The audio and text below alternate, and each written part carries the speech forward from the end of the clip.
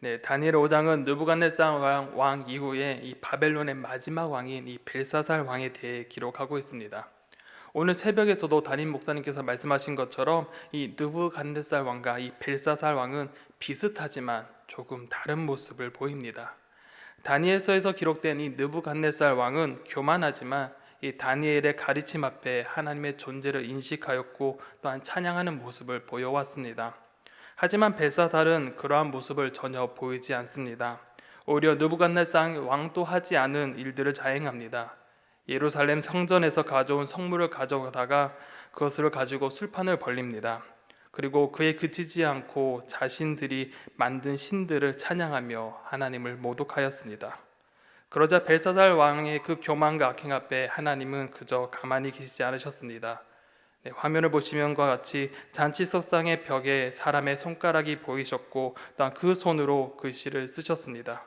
그 광경을 본 이 벨사살은 왕의 얼굴이 창백해지고 겁에 질렸습니다. 왕비를 통하여서 다니엘을 다시 한번 불러옵니다. 오늘 본문은 이 다니엘을 통하여서 하나님의 뜻이 이루어지고 또 알려지며 또 우리에게 진정한 왕이 누구인지, 누가 주권자인지 분명히 보여주고 있습니다. 오늘 본문을 단락별로 구분해 보면서 자세하게 한번 알아보겠습니다. 오늘 본문은 크게 세 가지로 나뉘어집니다. 첫 번째는 다니엘의 답변이 나타납니다. 이 다니엘의 답변에서는 왕을 책망하는 다니엘의 모습이 그려집니다. 그리고 두 번째 단락에서는 다니엘의 해독가에서 이 벽에 쓰여진 글씨를 해독하며 해석하는 다니엘의 모습이 기록되어져 있습니다. 마지막으로 세 번째는 다리오에게 넘어간 이 벨사살의 나라, 즉 하나님의 말씀이 이루어지는 것들을 기록하고 있습니다. 이제 단락별로 자세히 한번 살펴보겠습니다. 첫 번째 다니엘의 답변입니다. 이 다니엘의 답변에서는 왕을 책망하는 다니엘의 모습이 그려집니다. 벨사살은 이 다니엘의 글을 읽으며 해석하면서 이것을 해주며 셋째 통치자로 삼고 난 상금을 주겠다고 제안합니다. 그런데 이러한 제안에도 이 다니엘은 아랑곳하지 않고 오히려 퉁명스러울 정도로 거절합니다. 17절에 보면 다니엘이 왕에게 대답하여 이르되 왕의 예물은 왕이 친히 가지시며 왕의 상급은 다른 사람에게 주옵소서. 그럴지라도 내가 왕을 위하여 이 글을 읽으며 그 해석을 아뢰리이다 라고 말합니다. 다윗은 왕의 제안을 단호하게 거절합니다.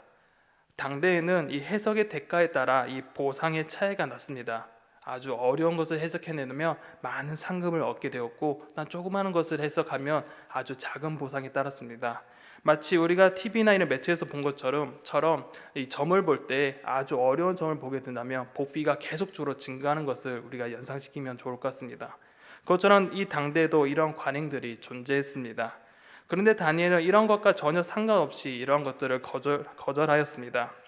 이 거절한 이유는 몇 가지 이유가 있겠지만 다니엘은 하나님이 주신 재능을 개인적인 이득보다는 하나님의 영광을 위해서 사용하고자 했습니다. 더 나아가 하나님께서 주신 그 재능을 정직하게 사용하고자 했습니다. 다음에 나올 글씨 해석은 벨사살 왕에게는 썩 좋지 않은 내용의 해석입니다. 다니엘은 왕의 권력에 굴복하였거나 개인의 욕심에 의해 왕이 듣고 싶은 말을 변경하여서 전한 것이 아니라 정직하게 하나님께서 알려주신 그대로 그 방법대로 그 내용을 정확하게 전달하고자 했습니다. 그래서 다니엘은 왕의 제안을 단호하게 거절하였고 이 예언자로서의 사명을 충실히 임하게 됩니다. 해석에 앞서 다니엘은 먼저 벨사살을 책망하기 시작합니다. 특히 이 책망에서는 이 손조 느부갓네살 왕의 역사를 통해 그의 잘못을 알려주고 왕의 역사를 네 단계로 이야기하면서 이 느부갓네살 왕의 즉위와 교만, 그 이후의 폐위와 회복 순서로 나눠 이야기하면서 이 벨사살을 책망합니다. 먼저 이 책망의 첫 번째는 느부갓네살 왕의 즉위에 대해서 먼저 이야기합니다. 18절에서 19절에 보면 왕이여 지극히 높으신 하나님이 왕에 붙인 느부갓네살에게 나라와 큰 권세와 영광과 위엄을 주셨고 그에게 큰 권세를 주셨으므로 백성들과 나라들과 언어가 다른 모든 사람들이 그의 앞에서 떨며 두려워하였으며 그는 임의로 죽이며 임의로 살리며 임의로 높이며 임의로 낮추었더니 라고 말합니다. 느부갓네살 왕은 이 바벨론의 왕이 되었습니다. 그래서 큰 권세와 영광과 위엄을 누리게 되었습니다. 그의 권세는 너무나 커서 성경이 기록된 것처럼 언어가 다른 사람들도 그 위엄 앞에 떨며 두려워했다고 기록합니다. 그런데 그가 권세를 누리며 이 영광을 누리는 이 위엄은 스스로 만들어내고 스스로 차지한 것이 아닙니다. 바로 하나님께서 느부갓네살 왕에게 주신 것입니다. 느부갓네살 왕이 누린 권세는 자기의 것이 아니라 바로 하나님의 것입니다. 하나님께서 허락하신 것입니다. 역사의 주관자 되시고 온 세상을 주관하시고 다스리시는 그 하나님께서 잠시 이 느부갓네살 왕에게 위임하신 것입니다. 그런데 느부갓네살 왕은 이 사실을 잊어버리고 교만하게 됩니다. 20절에서 21절에 보면 그가 마음을 높아지며 뜻이 완악하여 교만을 행함으로 그의 왕위가 패한 바 되며 그의 영광을 빼앗기고 사람 중에 쫓겨나서 그의 마음이 들짐승의 마음과 같았고 또 들나귀와 함께 살며 또 소처럼 풀을 먹으며 그의 몸이 하늘 이슬에 젖었으며 라고 합니다. 이 장면은 마치 다니엘서 4장에 일어난 사건을 연상하게 합니다. 4장 30절에 보면 이 느부갓네살 왕은 이렇게 말합니다. 나 왕이 말하여 이르되 이 큰 바벨론은 내가 능력과 권세로 건설하여 나의 도성으로 삼고 이곳으로 내 위엄의 영광을 나타낸 것이 아니나 하였더니 라고 말합니다. 즉 느부갓네살 왕은 이 하나님께로부터 온 권위와 권세를 잊어버리고 교만해졌습니다. 모든 것이 자신의 영광이고 모든 것이 자신이 이 모든 것을 만들었다고 고백합니다. 결국 아까 그 사진과 같이 이 그림과 같이 두 번째 꿈의 해석과 같이 왕위에서 쫓겨나서 들짐승과 같이 살게 되었습니다. 그리고 하나님의 때가 찼을 때 그때야 제정신을 차리게 되었습니다. 높으신 하나님을 찬양하며 이렇게 고백합니다. 지극히 높으신 하나님이 사람 나라를 다스리시며 자기의 뜻대로 누구든지 그 자리에 세우시는 줄을 알기에 이르렀나이다 라고 말합니다. 자신의 권세가 나의 것이 아닌 것을 깨닫게 되었을 때 그는 하나님을 찬양하고 또한 하나님께 나아갔습니다. 그로 인하여서 하나님께서는 이 느부갓네살 왕을 다시 회복시켜 주셨습니다. 이처럼 느부갓네살 왕은 죄를 끊어내고 회개와 공의와 정의를 행하라는 그 하나님의 경고를 무시했다가 7년 동안이나 이렇게 처참한 세월을 보냈고 그 시간을 통하여서 참된 진리를 배우게 되었습니다. 그리고 바로 그 땅에서 이 땅의 권세는 하나님께로 나왔음을 알게 되었고 그것을 가르침 받게 되었고 그로 인해서 하나님을 찬양하며 회복되는 역사를 보게 되었습니다. 그런데 이러한 역사적 가르침에도 벨사살 왕은 왕의 진리를 무시하였습니다. 오히려 더 큰 교만함과 오만함을 보이며 하늘의 주제이신 그 하나님을 거슬려 자신을 높였습니다. 22절에서 23절에 보면 벨사살 왕이여 왕은 그의 아들이 되어서 이것을 다 알고도 아직 마음을 낮추지 아니하고 도리어 자신을 하늘의 주제보다 높이며 그의 성전 그릇을 왕 앞으로 가져다가 왕과 귀족들과 왕후들과 후궁들이 다 그것으로 술을 마시고 왕이 또 보지도 듣지도 알지도 못하는 금, 은, 구리, 새와 나무, 돌로 만든 신상들을 찬양하고 도리어 왕의 호흡을 주장하시고 왕의 모든 길을 작정하시는 하나님께서는 영광을 돌리지 아니한지라 라고 기록합니다. 벨사상은 온 세상을 통치하시는 이 왕이신 하나님을 무시하고 신성을 모독하고 또 우상 숭배를 하며 그런 악행을 저질러 왔습니다. 느부갓네살 왕을 통하여서 왕을 세우시기도 하시고 폐하시기도 하시는 그 하나님의 권위를 보았음에도 불구하고 이 하나님의 흥을 돋우는 도구로서 하나님의 성전의 기물을 사용하였고 그곳으로 우상을 찬양함으로써 왕의 호흡을 주장하시는 그 하나님을 철저히 농락하였습니다. 이제 벨사살은 그에 합당한 책임을 져야 할 차례입니다. 이제 오만방자한 벨사살 앞에 하나님의 뜻이 펼쳐지게 되고 이제 다윗을 통하여서 그 뜻이 전달되기 시작합니다. 24절에서 25절에 보면 이러므로 그의 앞에서 이 손가락이 나와서 이 글을 기록하였나이다. 기록된 글자는 이것이니 곧 메네 데겔 우 바르시니라 라고 기록하고 있습니다. 벨사살 왕이 그토록 떨었던 그 사건을 이제 다니엘은 해독하고 해석합니다. 벽에 쓰인 글자는 바로 메네 데겔 우 바르시니입니다. 그런데 실제로 쓰여진 것은 우리가 이렇게 읽는 것과는 다르게 모음이 없는 아람어의 자음만 나타났기에 이 한글로 보면 이렇게 설명할 수 있을 것 같습니다.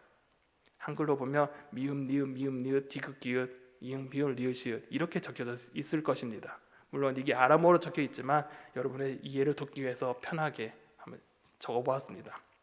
이러한 글씨로 적혀 있었기 때문에 어느 누구도 이것을 쉽게 해석하지 못했습니다. 하지만 다윗은 하나님의 영으로 충만한 자였기 때문에 이것을 바로 해석합니다. 바로 다윗은 이것을 가지고 메네 메네 데겔 우 바르신이라고 부릅니다. 읽었습니다. 여기서 중요한 것은 다니엘이 하나님의 뜻을 봐라 이 자음만 있는 글자를 어떻게 해석했는가입니다. 26절에 보면 그 글을 해석하건대 메네는 하나님이 이미 왕의 나라의 시대를 세워서 그것을 끝나게 하셨다 하미요 라고 말합니다. 첫째 단어인 이 메네는 바로 이 세다라는 의미의 동사에서 이 머나라를 통해서 이 하나님이 이미 왕의 나라의 시대를 세워서 그것을 끝나게 하셨다라고 해석합니다. 이는 하나님께서 정하신 날의 수가 다 찼기 때문에 바벨론의 시대는 이제 끝났다는 것을 의미합니다. 이 두 번째 단어 데겔은 27절에 이렇게 설명하고 있습니다. 데겔은 왕을 저울에 달아보니 부족함이 보였다 함이요 라고 말합니다. 데겔에서는 이 데겔은 무게를 달다라는 단어인 터갈에서 왕의 저울에 달아보니 부족함이 보였다라고 해석합니다. 공의로우신 하나님께서 그의 행적을 심판의 저울에 매달아 보니 그 기준에 못 미쳤다는 것입니다. 마지막으로 우 바르신이라는 단어입니다. 28절에 보면 베레스는 왕의 나라가 나뉘어서 메대와 바사 사람에게 준바되었다 함이니이다 하니라고 기록합니다. 우리가 알듯이 처음에는 우 바르신이라고 읽었습니다. 그런데 여기서 해석에서는 베레스라고 나옵니다. 우리가 처음 읽었던 이 우 바르신의 우라는 단어는 한마디로 말해서 접속사라서 그리고라는 뜻입니다.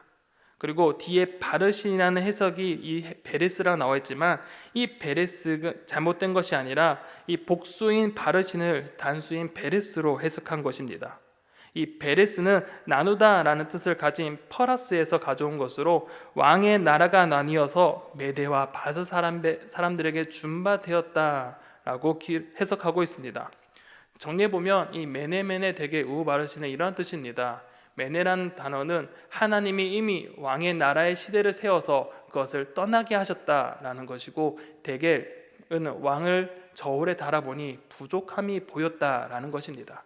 마지막으로 우 바르신의 단수 바르신은 왕의 나라가 나뉘어서 메대와 바사 사람들에게 준바되었다라고 해석하는 것입니다. 결국 이것이 무엇을 뜻합니까? 다니엘은 벨사살 왕과 바벨론 제국의 멸망을 선언하는 것입니다. 이를 통해 하나님은 바벨론 왕국을 종결시키고 다른 나라에게 그 권위를 넘겨주심으로 하나님께서는 왕을 세우고 폐하기도 하시는 분임을 그 가운데 드러내시고자 하셨습니다. 마지막으로 세 번째 단락에 보면 이 벨사살은 다니엘의 해석을 듣고 이를 인정하고 약속한 상금과 지위를 이제 내기 시작합니다. 이 벨사살은 다니엘에게 자주색 옷을 입히고 또한 금사슬을 그의 목에 걸어주고 또한 그를 위하여서 조서를 내려 다윗을 셋째 통치자로 임명하였습니다. 그런데 여기서 끝입니다. 더 이상 거기에 대한 해석들이 나오지 않습니다. 우리 다시 한번 느부갓네살 왕을 한번 생각해 보았으면 좋겠습니다. 만약에 느부갓네살 왕이 이런 해석을 들었으면 어떻게 했을까요? 만약에 그가 이 해석을 들었다면 하나님을 인정하고 하나님의 주권을 깨닫고 하나님을 찬양하였을 것입니다. 하지만 이 벨사살 왕은 그렇지 않았습니다. 다니엘의 해석을 듣고도 하나님의 주권을 보았음에도 불구하고 그는 깨닫지 못하였습니다.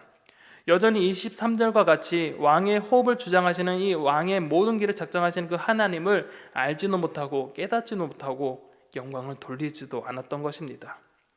결국 다니엘의 해석은 즉각적으로 이 벨사살과 바벨론에게 임합니다. 30절에서 31절에 보면 그 밤에 갈대아 왕 벨사살이 죽임을 당하였고 메대 사람 다리오가 나라를 얻었는데 그때 다리오는 62세였더라 라고 기록합니다. 다니엘의 예언대로 이 바벨론의 벨사살 왕의 시대는 종말을 맞이하게 되었습니다. 그리고 그 나라는 메대 사람 다리오가 차지하게 되었습니다. 이를 통하여서 하나님의 주권이 이곳 가운데 나타나게 되었고 하나님께서는 바벨론의 시대를 종결하시고 메대 사람 이 다리오에게 권력을 허락해 주셨습니다. 오늘 말씀을 통해 우리는 세 가지 측면들을 한번 볼 수 있는 것 같습니다. 첫 번째 볼 것은 바로 이 땅의 주인이 누구신가라는 것입니다. 오늘 본문뿐만 아니라 이 다니엘서는 계속적으로 우리 가운데 보여주고자 하는 것이 있습니다. 바로 이 땅의 권력이 누구로부터 시작되었느냐, 이 땅의 권력은 누구로부터 시작되었느냐라는 것을 계속적으로 우리 가운데 보여주십니다. 다니엘은 계속적으로 이 바벨론과 우리를 향하여서 이렇게 말씀합니다. 하나님은 온 땅의 주인이시다라고 말합니다. 또한 하나님은 진정한 우리의 왕이라고 이 다니엘서를 통하여서 계속적으로 우리 가운데 말씀하십니다. 다니엘서는 이 진리를 수없이 알려주고 우리 가운데 기록하고 보여줍니다. 2장에서도 보면 그는 때와 계절을 바꾸시며 왕들을 폐하시기도 왕들을 세우시기도 하시며 라고 기록하고, 오늘 본문에서도 보면 왕의 호흡을 주장하시고 왕의 모든 길을 작정하시는 하나님이라는 표현과 함께 이 세상의 모든 것이 바로 하나님의 것이며 하나님께서 통치하심을 우리 가운데 수없이 보여주고 있습니다. 이 땅의 주인이 바로 하나님이시며 이 땅의 왕의 권력은 하나님께로부터 나왔음을 우리 가운데 계속적으로 알려주고 있습니다. 그리고 다니엘은 우리에게 묻습니다. 여러분의 삶의 주인은 하나님이십니까? 이렇게 묻습니다. 우리는 이 질문에 당당하게 네, 그렇습니다. 우리의 삶의 주인이 하나님이십니다 라고 당당하게 말하는 것이 컥 막히기 시작합니다. 이러한 질문 앞에 우리의 모습이 이 벨사살 왕 앞에 나타나고 보여집니다. 벨사살은 이 역사를 통해서 충분히 느부갓네살 왕의 행적들을 발견하고 볼 수 있었습니다. 혹은 다른 사람들을 통하여서 선조가 어떻게 살아왔는지 그 기록이나 구전을 통해서도 분명히 알 수 있었습니다. 그런데 이 벨사살은 이러한 것들을 알려하지 않았습니다. 느부갓네살 왕의 삶 속에서 나타난 그 하나님을 알려하지 않았습니다. 또한 다니엘을 통해서도 하나님 말씀이 들려졌고 멸망의 예언들이 그 가운데 전해졌지만 그는 무감각하고 무심했습니다. 벨사살은 이 하나님의 말씀이 들려졌고 멸망의 예언이 전해졌지만 무감각했던 것뿐만 아니라 그 하나님의 말씀을 망각하며 살아왔던 것입니다. 진짜 주인이 누구인지 그는 알지 못했습니다.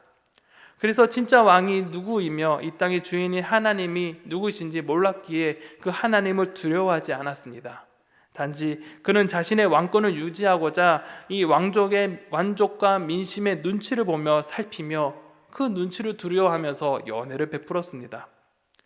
그런데 이러한 벨사살의 모습이 마치 우리의 모습처럼 다가옵니다. 날마다 들려지는 우리 가운데 하나님 말씀이 있습니다. 매주 선포되어지는 말씀이 있습니다. 그리고 내 주변에 항상 성경 말씀이 펼쳐져 있습니다. 핸드폰 어플에 성경 말씀의 어플이 깔려져 있고 우리의 책상에는 성경 말씀이 항상 있지만 우리는 그 성경 말씀에, 하나님의 말씀에 귀를 닫고 눈을 닫고 마음을 닫고 살아가는 것이 아닌지 우리는 되돌아보게 됩니다. 내 삶의 주인이 하나님이시고 이 땅의 주인이 하나님이신데 하나님께서 말씀하시는 것에 무심하고 무시하며 살아온 것이 아닌지 우리의 삶을 한번 되돌아봐야 될 것입니다. 더 나아가 이 땅의 주인이 하나님이신데 하나님보다 다른 이들의 눈치를 보며 살아가는 우리의 모습을 발견하게 됩니다. 하나님보다 오히려 우리의 직장의 상사의 눈치를 보게 됩니다. 직장의 상사의 그 눈치가 더 두렵습니다. 하나님보다 오히려 교수님이 나를 바라보는 시선을 더 두려워합니다. 하나님보다 내 주변 사람이 나를 어떻게 생각할까, 그 사람의 시선에 두려워하게 됩니다. 그리고 그것에 매어 살아갑니다. 벨사살이 하나님을 망각하고 하나님보다 다른 것을 두려워한 것처럼 우리의 모습이 그의 모습과도 같습니다. 하지만 다니엘의 모습 속에서 우리의 삶의 올바른 모습을 다시 한 번 더 발견하게 됩니다. 그는 느부갓네살 왕 시절에 엄청난 영향력을 끼친 사람입니다. 어쩌보면 권력의 정점을 찍은 사람입니다. 그런데 벨사살 왕 때는 어땠습니까? 어쩌보면 뒷방 노인네처럼 권력의 변두리로 내몰린 그런 상태였습니다. 또한 이런 일이 생겨났을 때 벨사살은 이 다니엘의 존재를 전혀 인지하지 못했습니다. 오히려 왕비를 통해 그의 존재가 드러났습니다. 하지만 그가 왕 앞에 나아갔을 때도 어떤 취급을 받았습니까? 왕 앞에 무시를 당하고 살았습니다. 그러나 다니엘은 이런 왕의 무시 속에서도 그는 매우 당당하게 행동했습니다. 왜 그랬을까요? 그 속에는 하나님으로 가득 차 있기 때문입니다. 세상의 시선과 세상의 평가가 자신에게 박할지 몰라도 그 속에 하나님을 향한 믿음과 지혜가 가득 차 있었기 때문에 하나님을 두려워했지 왕을 두려워했지 않았기 때문입니다. 그래서 그는 이 땅의 왕보다 하나님을 더 두려워했습니다. 그래서 사람의 시선보다, 사람의 명예와 권력보다 하나님께 주시는 그 사명을 더 중요시 여겼습니다. 내게 주어진 사명, 내게 주어진 그 직분을 충실히 하며 살아가면서 하나님께서 알려진 그 말씀을 왜곡하지 않았고 정직하게 말을 했습니다. 왕 앞에서 당신의 때는 끝이라고 당당히 말할 수 있었던 것, 바로 왕이 아닌 하나님을 두려워했기 때문입니다. 그렇게 우리는 다니엘을 통해서 우리가 어떻게 살아야 될지 다시 한 번 더 점검해 볼 수 있습니다. 우리가 믿는 하나님은 누구이십니까? 온 세상을 다스리시는 하나님이십니다. 우리가 살아가는 모든 날 속에서 하나님께서 함께 하신 사실을 우리는 믿고 있습니다. 우리는 우리의 하나님께서 우리를 푸른 풀밭과 맑은 시냇물가로 인도하시는 그 하나님이심을 우리는 믿고 있습니다. 그래서 우리의 삶은 하나님을 경외함으로 하나님 앞에 바로 서야 되는 것입니다. 그런데 정작 우리는 그렇지 못합니다. 벨사살과 같이 하나님보다는 내가 처한 세상의 권력과 세상의 사람들의 눈치를 보며 그것을 더 두려워하는 우리의 모습을 발견하게 됩니다. 하지만 이 다니엘을 통해 우리는 다시 일어설 수 있는 용기를 얻습니다.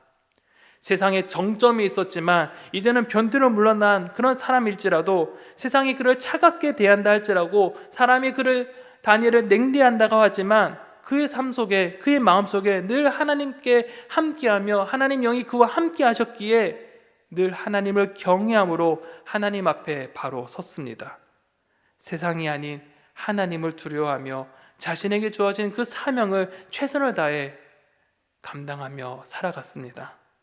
이것이 이러한 자세가 우리가 살아야 될 우리의 삶의 자세입니다. 사랑하는 명륜중앙교회 공동체 여러분 또한 다니엘과 같이 살았으면 좋겠습니다.